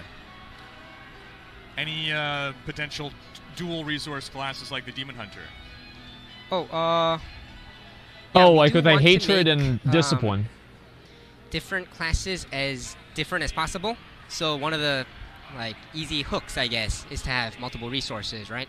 So I think you can safely assume that we will explore that very hard, but as to what the remaining classes will exactly do, I'm not sure yet. I really like what he said about asymmetrical design, and it makes me a lot more hopeful for the game, because I think that's kind of the way that people have disliked WoW, is that WoW, all of the classes have very symmetrical design, and all of the classes are designed kind of in the same way. So whenever you're looking at, let's say, a warrior or a rogue, they have kind of the same type of play style.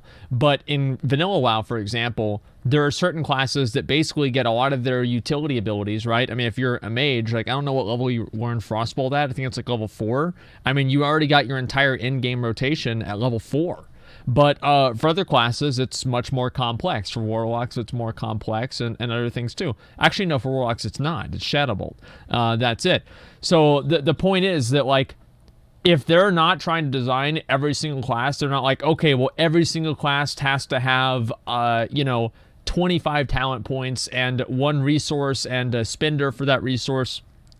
I think if they actually just try to design each class with a different philosophy, it'll make the game better in the long term, because people will want to play different classes, because it will give them a different perspective on the game. And if they enjoy the game but they want to see it in a new light, I think that classes are that window to see the game through. I remember whenever I was able to play a Necromancer for the first time in Path of Exile, I got genuinely super excited, so excited to play that, because it was the first time that I would be able to play, and the play style of a Necromancer and like a minion summoning character was so entirely different than the way that I would play a Barbarian, like a Cyclone Barbarian, or, like a Deadeye Ranger or something like that.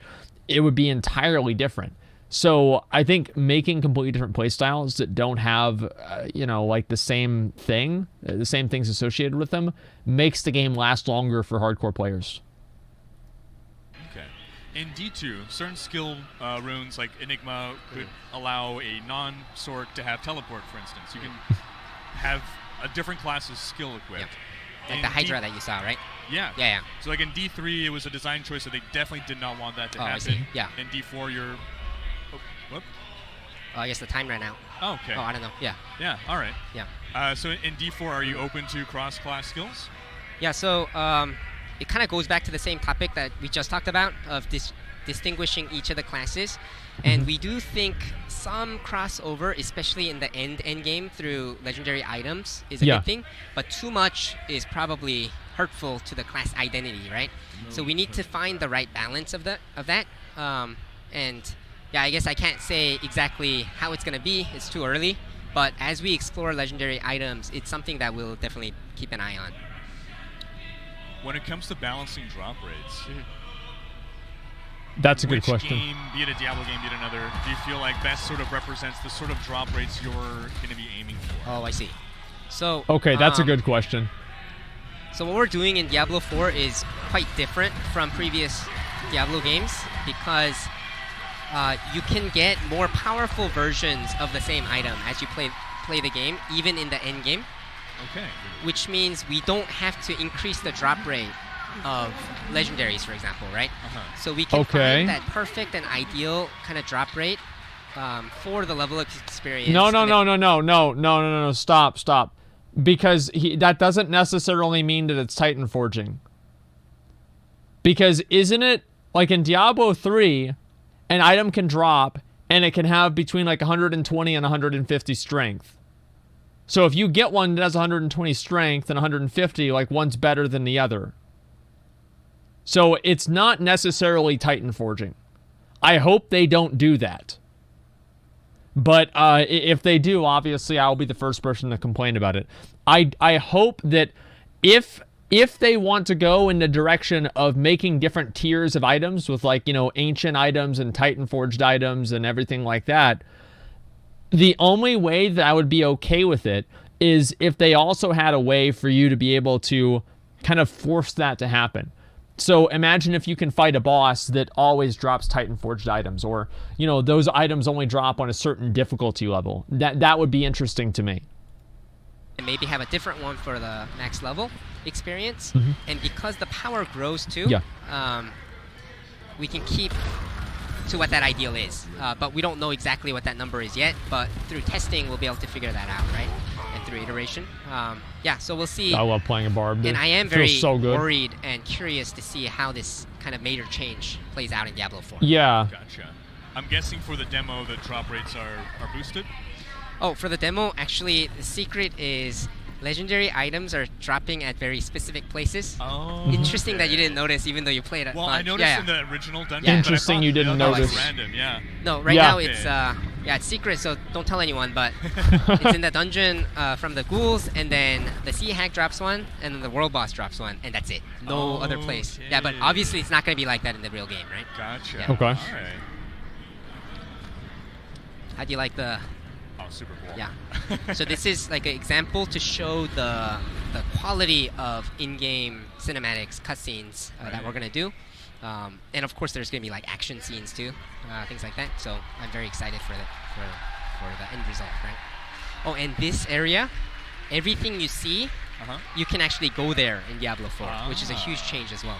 So that's actually the town that you can walk into, and so on, right? Yeah.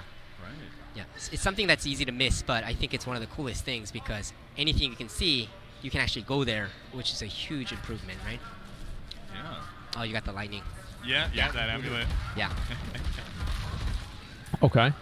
So for the... Yeah, that's like the necklace that he got. What was it gonna be? No, so we said no charms are not currently in the works. Stash space. Oh yeah, so are we gonna have... individual, so in D2 you had your individual stash tab and then the shared stash tab amongst your characters. In D3 you just have the shared stash tab. Any decisions being made there?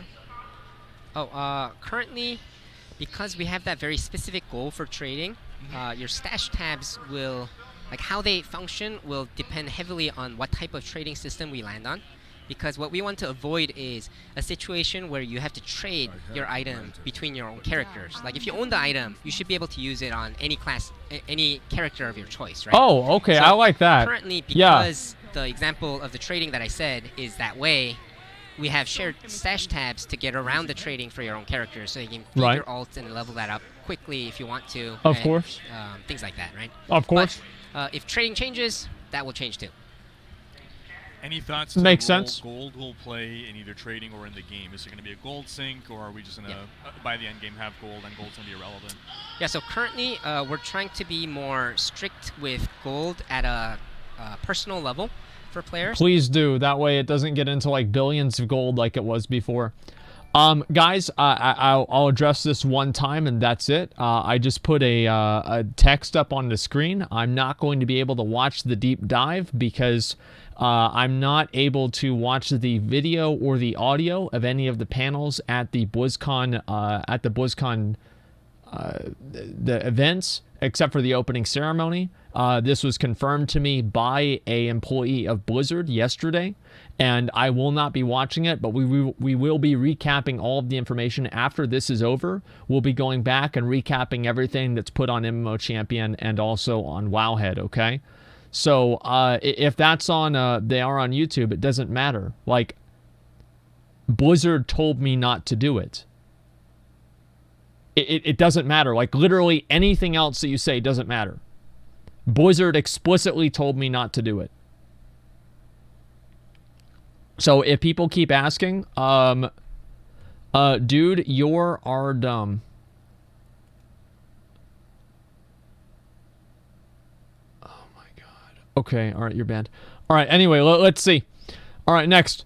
Yeah, anyway, let's go ahead. Again, if people are spamming about that, etc., just go ahead and time them out. They're telling me to go watch it. Go ahead and time it. They tell you why. Because it's a legal requirement from Blizzard, the company, and it probably goes over any of the heads of the people that we're talking to. This is like a legal thing that I have no control over and they have no control over. Okay, so let's go back. So the gambler, kind of like D2, how it works is you can spend gold to gamble. Yeah. So it's going to be kind of a improvement off of Geed and Kadala kind of thing, but he takes gold, right? So if you can kind of imagine, if I can gamble for the best items in the game, right? Then gold will be meaningful at all times, right? So that's kind of our plan with gold and gold sinks. Gotcha. Are zones level specific, or do they scale with player level? Oh, so currently, we're trying various versions. Oh, wow. That is a good question. In the game. That is a great question. One of the main goals, so the reason why we have it is because we have that shared open world. We want players to play together, right? Right. But the main thing, there's many things we want to avoid, but one of those things is we want to make sure that every time you equip and upgrade, it's always making you stronger and never weaker, never even against the monsters. So we want to make sure... And the other guy's level 10. I'm okay that you go down to level 10, but I don't think that you should ever be able to go up to level 50 and do 50 content with your other friend that's 50. I think it should always only go downward. I don't like scaling, though. In a general sense, I don't like scaling, but if it functions in that way, I'm not going to complain about it too much. Interesting that you asked that, because by playing the demo, there's no way to know. Yeah, right? Well, I mean, we do see that like, this is a level whatever. So yeah. The dungeons seem to have the clear levels. Yeah, so what we're currently playing around with is we do have level scaling, but it's not completely fixed level scaling. We do have some areas that are more difficult, that have like floors, I guess, right? So until you get to level 30, that area monsters are always level 30 kind of thing. And we also are exploring with ceilings as well to make stuff a little easier if necessary. Are you familiar with Last Epoch? It's an RPG in alpha. It's going to be releasing, I think, April. Not super familiar, but What game is that? I've never even heard of that, actually. I'm not sure what the hell that is. Yeah, Last Epoch. Yeah, I don't know what the hell that is. Anyway, I just want to say we need one more mage for this. If somebody wants to come help us clear LBRS, please send me a message. I'm trying to get one more mage. We had somebody that had to leave. Last Tupac? No, not Tupac. A couple of our system designers are playing. Okay. Yeah. Okay. Yeah. So one main thing about that is that their skill system. It mixes D2 and D3 skill systems, and that you have every skill similar. You know, you can level up every individual skill, but every skill has its own skill tree. With runes that sort of will change the way the skill. Okay. I played a little bit of Lost Ark, and that game has something similar too. Yeah, which is very cool too, right? But I'm really glad to see them taking from other games. The more important thing is how much choice and customization players have, and because we have the skill system as well as the talent system. We believe that's great. Quite a bit more choice, but if we need more choices in the game, of course, we'll try to explore more systems during level up, right? Any plans for more? So one thing I realize is you guys have never said anything. You never used the word the three letters MMO, despite some of it like feels like MMO elements. Yeah, there are definitely some MMO elements, right? But it kind of goes back to what I was talking about.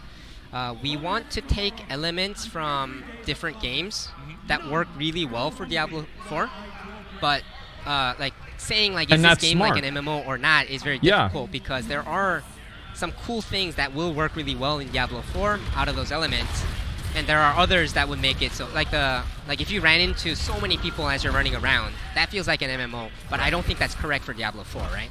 Okay. So what we're trying to do is create a pure Diablo game at its core, but explore and try out different elements from different types of games.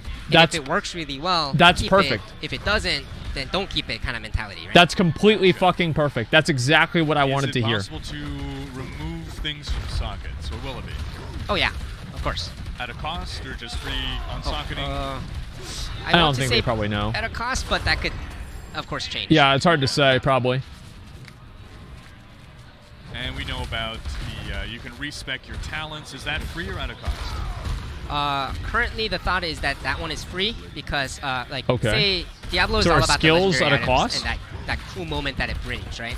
So you're leveling up, legendary item drops, and it's like, oh, do I want to spend the gold to try this out, or can I just respec and try it out? I think the latter is much more Diablo, so that's the reason for that. Makes sense.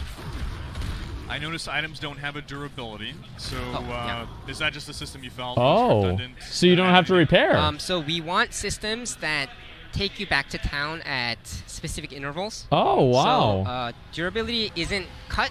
It's not in this build, and we're trying out both versions of it at different times. They have to have durability, guys. I really think that they do. Like, if they don't have durability, and they have like a currency, I think durability acts as a it acts as a force against inflation. And that's why I feel like they need durability. And I don't know, maybe it's a gold sink, basically. Yeah, it's a gold sink or a tax or something like that. And maybe that's not true. Maybe it won't be a big deal, etc. But look at what happened with Diablo 3, right? The amount of gold in the economy just vastly outpaced the durability costs, and the price of everything just went to like billions, and then just like never mattered. So I do think durability and other things like that do need to work as gold sinks in order to make sure that numbers and gold and everything doesn't just go into some ridiculously high fucking number that people don't even understand. But, yeah. What do you think about the durability? So, it depends on the implementation. So in D2, it mattered because of ethereal items. But outside of that, like in D3, it just feels like... It's a gold sink, right? Yeah. It's a gold sink that matters early, and then it stops mattering. And it's just a button to press. Yeah. It doesn't really dig into your gold. So, like in D3, if it didn't exist, it wouldn't bother me. Oh, I see. But if there's reason, like, you know, if there's some... Like if you got like a cool bonus above a certain durability level or something like that, right? Exactly. Yeah, it's something that we're talking about. But yeah, we'll see, right? But it's great hearing your thoughts too. I feel like it's like an RPG element too. The Sea Hack Death is pretty crazy. Yeah, this reminds me of Greed from D3, but like a much darker version. Yeah, right? But fatter. And have you seen the have you noticed in the gameplay trailer that there's Duriel? I did. I was like, was that Duriel? Yeah. Duriel was like the most traumatizing experience for me in D2 the first time. Yeah, right? And his skill that like pulls... Damn, she just falls apart. It's pretty awesome too. Yeah. Yeah. Oh, man. Oh, that's the other hammer like the other guy alluded to. Just never stop lifting. Yeah, right. Yeah. Right. Yeah. And I think the encounter designers, one of their main goals for that is to kind of bring the feeling of kind of... I feel kind of trapped in this place with this boss kind of thing, right? So hopefully, it's very, it does Diablo 2 Duriel justice, right? Yeah. So I know people keep asking about, you know, is the Paladin, is the Assassin going to come back? Obviously you can't talk to that. We know 3 of the classes have been revealed. We know there's going to be 2 others. Yeah. And presumably you're going to try to, well, I guess I'll ask, are they going to cover additional archetypes? Like, Diablo 1 had, you know, the 3 archetypes of Martial Warrior, the ranged Agile type, and the Mage. Right now we're seeing the Mage, the Martial Warrior, the Druid. Yeah. So we're seeing the kind of bow or ranged, you know, non-magic type not being covered. So people are speculating either Demon Hunter or Amazon. Yeah. Do you think it's possible that we're going to see entirely new classes? Like, covering the archetypes, I guess, makes sense, but at the same time, it is the 4th game of the iteration, so we can break some rules too, right? So it's really impossible to say right now which are the last 2 classes. But I am personally curious what people want as the last classes as well.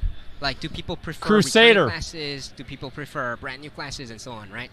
So that'd be something. Yeah, that would be great to know. I think Crusader and one new class. This game, so we can ask questions like these, right? Yeah, Crusader and a new class. Amazon, some monk, some paladin. Yeah, necromancer. If you were Someone to said dwarf, I think. Necromancer. Yeah, I don't know, like if you were to bring witch back doctor. A holy knight, do you think it would be in the form of the paladin or the crusader, or maybe even some new? Ooh, trying to get that answer out of him. It's like an elite paladin, like an uber paladin. Yeah. But in many ways, it was the paladin from D2. Yeah, it's really hard to say. But personally, I personally like the paladin a little bit better. But yeah, we don't know yet, right? I guess it's a name that has a lot more history to it. Yeah, right. Like Crusader is a cool word and everything, but like the paladin, you know, everyone knows. I like Crusaders. From all the way back. Paladin to confirmed. all the different fantasy. Yeah. But anything's possible, right? Like D3 at launch didn't have that plate class or whatever, right? So anything's possible, I think. Do you think? Well, I guess if anything's possible, has any concept of a dark knight, like an evil type of paladin, been tossed around? If you can talk to that. Yeah, like there's just so many ideas. So of course, like we talked about that one too. But whether something's gonna make it or not, like we really don't know, right? We're focusing on these 3 classes first. So yeah. That's probably smart for them to do. But it would be a good discussion, I think, for the community too, right? Like a death knight? What they would like to see. Yeah. So we know that there's no offline play. A Death Knight would be like kind of Necromancer at the same time. World thing. But we did hear that you could basically play the game solo. You don't have to interact. You're encouraged to, but you don't have to interact with other players. Is the game more challenging if you play it solo? That's a really good. That's a really good question. D3 group play is. That is a great question. Yeah. Than solo play. Yeah. So I guess for the first part, just to be really specific, we're thinking right now that the campaign experience is completely private. So if you don't bring in someone within your party, it's going to be solo in those areas, right? Okay. And once you beat that, then it's going to turn into the shared open world part of it. Dungeons, of course, majority will be private, so you can play it that way. And like you were saying too, even in this shared area, you don't really run into other people too, right? So no one's really getting in your way kind of thing. And for your second part, we do want to make sure that group play versus solo play is as even as possible, but we all know that's not how game balance works, right? It's not going to be perfect, so we are going to try to err on the side of group play a little bit, because if not, then everyone's just going to play solo, and the shared open world is not going to be as cool, right? Right. So we're going to try our absolute best to make it as even as possible, but at the same time, if we can't hit that exact. Thank God. I mean, just some common sense shit. Because I'm so glad that because this is what happened in fucking D3 too. Dev actually plays the games. Yeah, actually just plays the games. That's great. I'm happy about that. Spot, then we're going to favor group play a little bit. Yeah, of course. What sort of death penalties do we see in D4? So right now it's very harsh. So when you die, you have to run back from the last checkpoint, right? And you drop like a gold pile, and you gotta go pick it up. It's something that we're also a gold there's pile. Very different opinions on this internally too. A gold pile. So we'll see how that goes. Okay. I haven't died yet, so I'm gonna go try to die. Yeah. Yeah. So yeah, you've got to pick up your souls. Class-specific items, like base item types. You want to see something like that? Oh yeah, of course. Yeah. Yeah, of course. We'll have class-specific items and item types. Like for example, the sorceress I think uses staves, offhands, and wands right now. He's trying to get himself killed. Barbarian obviously has access to the most item types, but does he really have to use staves or wands? Probably not. So, yeah. So we got our 5-minute warning. So our yeah. last questions here. Let's see this. Yeah. This death mode. In PvP, are we gonna get to collect people's ears like in the D2 days? Oh yeah, that would be fun, but no. Yeah, we're not sure yet, but yeah. I don't know. I feel like they're not gonna do that, man. Before we ship the game, right? Yeah, so that was your last checkpoint, so you gotta run back all the way to your. Yeah. I notice I'm bloody. That's a dynamic effect, right? Yeah. Is that from me taking damage or from me killing enemies? Oh, I think it's both, because blood splashes when you. Huh. Yeah, and then so we talked about that's cool. Potential cool ideas. Of, yeah, that's real cool. As you get more and more soaked in blood, maybe you get some cool. Yeah, right. It's like a legendary item or something like that, right? That'd be. Yeah. That's actually really cool. Yeah, but this game is very bloody, and Barbarian I think is the best example of getting like, blood yeah. all over him. Yeah. Awesome. Yeah. So can he go back to his corpse and get his gold pile? Like so, I want to see the gold pile. Customize your UI, but in D3 you can't at all. Any thoughts there? Yeah, currently. I gotta take a piss, guys. I'll be right back.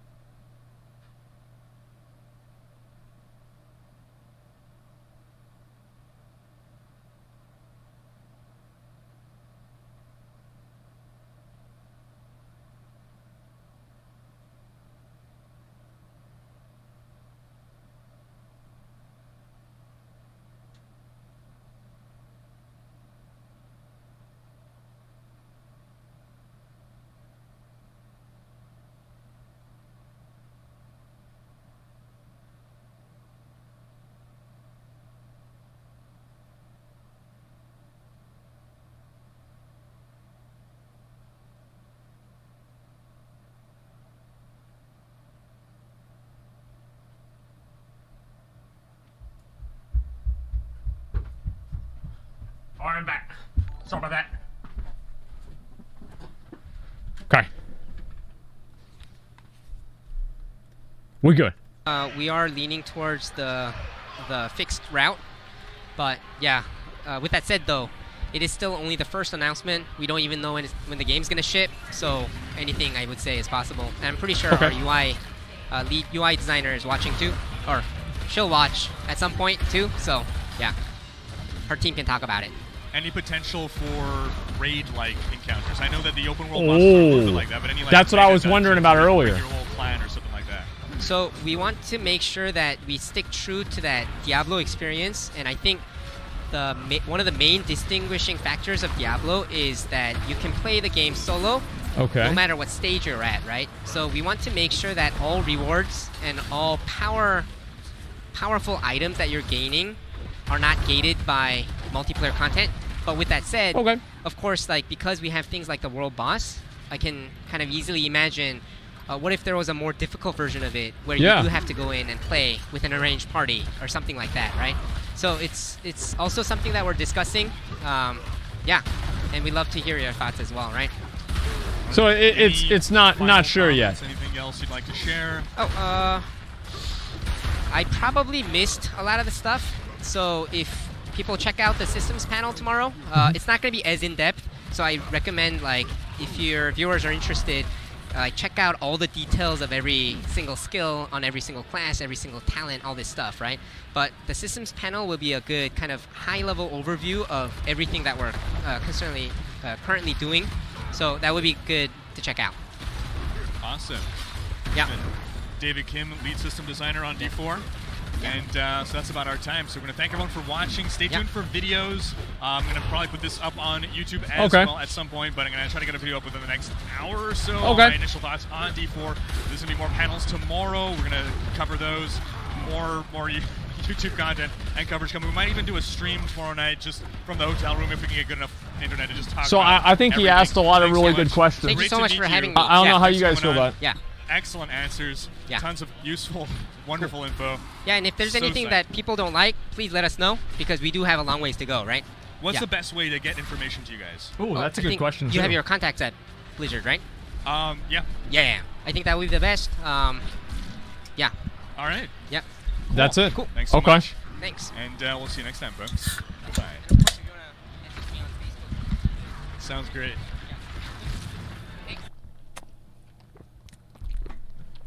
So I want to make sure that you guys are able to see who that is, his message, his stream. Just a second, let me just go ahead and go back out of here. Secretly selling weapons. Russians secretly selling weapons. Okay. All right, there we go. It's taken care of. Yeah, there's his channel there that we just watched it off of. Obviously, it's a great video, and I think he asked a lot of really good questions. I remember back whenever I was making D3 videos, I remember I would always keep track of what Rhykker was doing even back then. Okay, MMO champion. So we are going to get into the deep dive now. Obviously, it's been a little bit of time. I wanted to go make sure that I watched both of those before we got into that. I didn't want to stop that just in case. But they already have the deep dive going. And as you guys can see, based off of my little thing there, I cannot watch it, but I will take a look at it, okay?